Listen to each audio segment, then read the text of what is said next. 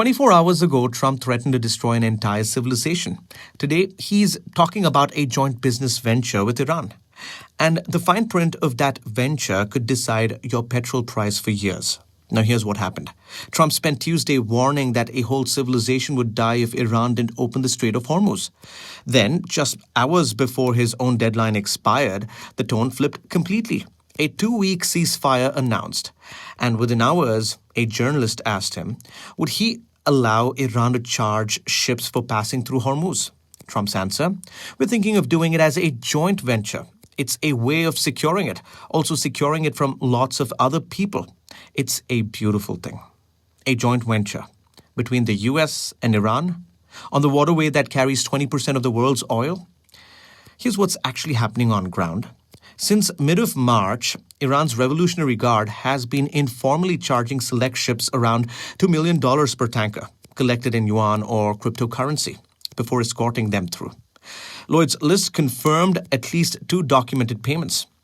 Now, this isn't law yet. Iran's parliament passed it in committee, but it still needs a full vote and presidential signature.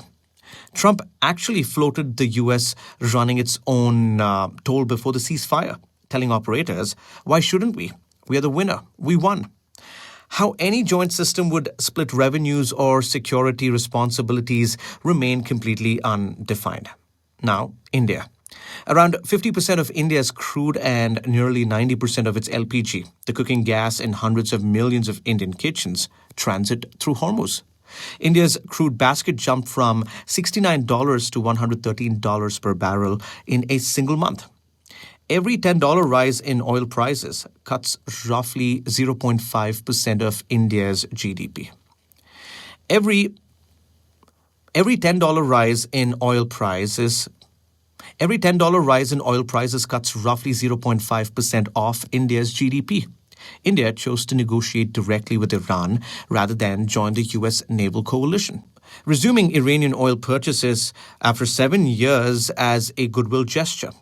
The government has rerouted 70% of crude imports away from Hormuz. Smart, but the cooking gas exposure still remains wide open.